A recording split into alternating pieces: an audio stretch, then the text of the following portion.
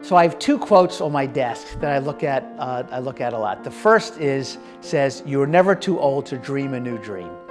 And I think that's one of the things my loved ones would say about me, is that I'm a dreamer. That whether it's working in the city of Somerville in the mayor's office, or going to law school and practicing law and helping those that have barriers to opportunity, I'm a dreamer. And I just like to keep learning and doing and trying new things. The second quote actually came from my wife, Suzanne, who, by the way, was my inspiration to dream. That she, as I said earlier, went to rabbinical school at the age of 40, and she was my inspiration. And it says, "From the place that you are right, no flowers grow." From the place that you are right, no flowers grow. We all have to be willing to be wrong, and we have to learn from being wrong, and we're not right all the time. And I think, that putting the two quotes together is that I like to dream, but I also know that I have a lot to learn. Well, my connection with Hebrew College started in the mid to late 90s with the Mayop program. It was something that caught the attention of my late wife, Betty Ann, and I, and we decided to participate. We've always had kind of philanthropic interests, but we really hadn't been as involved in the Jewish community until then. Betty Ann had been interested in interfaith studies, and she had also been interested in chaplaincy. So that was kind of a next connection with Hebrew College. She went to Hebrew College and got her master's in Jewish studies. At the time, we were still at the old campus, and next door was the Andover Newton Theological Seminary. And there were interested students on both sides in interfaith dialogue. There's so much to say about Hebrew College. We're pushing 100 years now. From its maybe not so modest origins as a teacher's college, it's really evolved into teaching kind of religious and lay leaders at every level, rabbis, cantors, teachers. And I think those skills are very important at a time when, a couple things. One, I think Jewish identity has really been challenged out there in our country. I think there's been a kind of a loss of Jewish identity.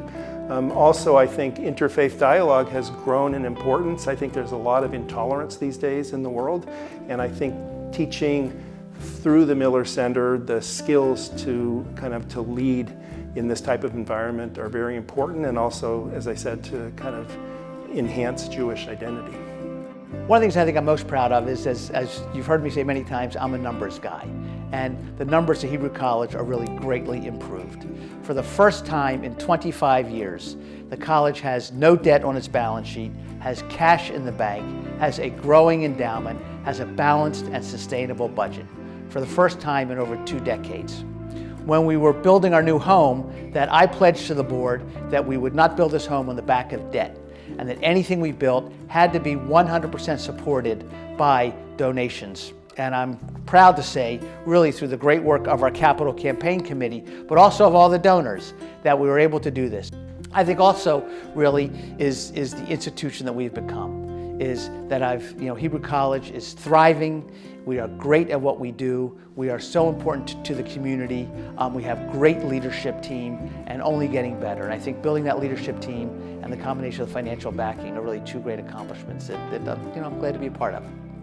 I think the most meaningful piece is really watching what Rose and Tom and others have developed into programs, especially those that are oriented toward students and younger adults.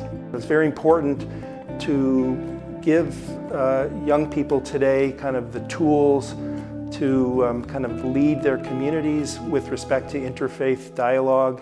And I think that these programs have really been excellent at doing that. So that's really something that I have enjoyed quite a bit watching over the last several years now.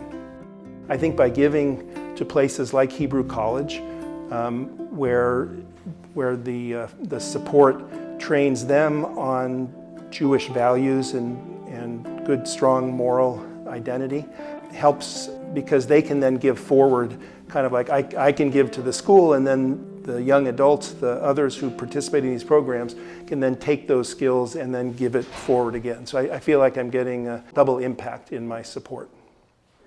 I've always, for many years as an adult, I would volunteer on boards. I would be a board member, and I volunteered really to participate in the community and share. And it wasn't until in 2013, I was actually asked to be the president of my synagogue. And I thought, you know, I'm more humble than this. I don't want to do this. I'll just lead from the sidelines. Let someone else do it. Someone else could really be the next president. It's not for me. So then I called my Uncle Rim, who has been my trusted advisor over the many years. And I'll never forget the conversation. Rim told me, he said, the humbling thing to do is to be president, is to step up, is to do the work, is to lead. So I did.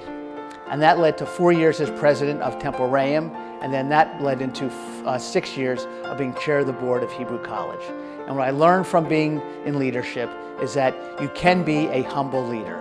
You can be vulnerable. You can learn from your mistakes. You can be in partnership.